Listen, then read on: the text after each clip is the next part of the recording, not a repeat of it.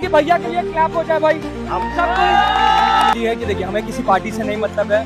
धर्मेंद्र प्रधान जी ने रिजाइन दे दिया। हमारा मुद्दा था कि वो रिजाइन दे।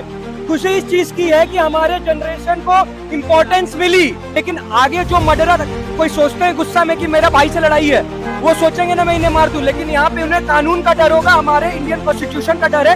इस कॉन्स्टिट्यूशन में इस देश में मर्डर की सजा मिलती है भी नहीं है।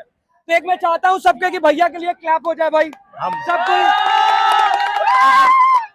मैं जेनेक्स से हूँ भैया जेनेक्स से है। और भैया थैंक यू सो मच, आप लोग हैं गार्जियन हमारे, आप लोग सपोर्ट कर रहे हैं और आप ही के सपोर्ट के कारण हम लोग ये आंदोलन कर रहे हैं। आप लोग खुश हो आज? आज हम बहुत ज्यादा खुश हैं। किस लिए खुश हो?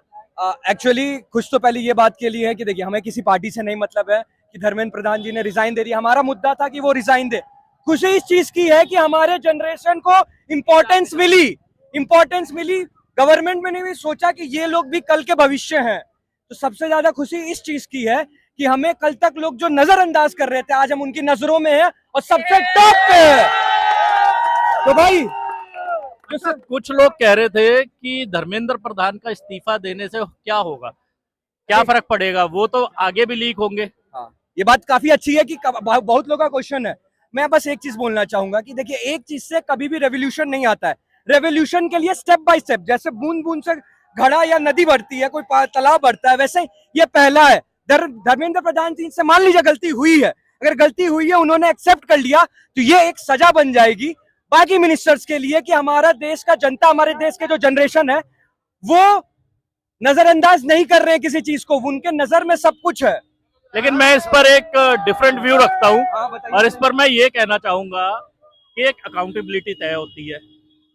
जैसे कि एक अगर अकाउंटेबिलिटी तय नहीं होती, हम कहते हैं कि कोई किसी का मर्डर करता है, वो सुप्रीम कोर्ट में जाता है या हाई कोर्ट में जाता है या डिस्ट्रिक्ट कोर्ट में जाता है, तो उसको सजा होती है ना। बिल्कुल होती है। ऐसा तो नहीं है कि हत्या रुक जाती है, हत्या तो फिर भी होती है। लेकिन ऐसे ही कोई चोर होता है तो जब वो चोरी करता है तो उसको चोरी की सजा मिलती है।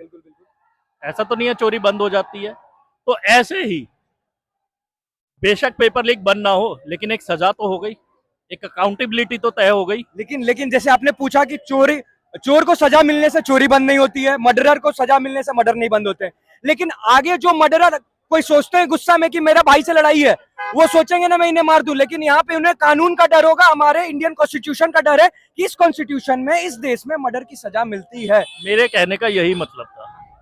Thank you.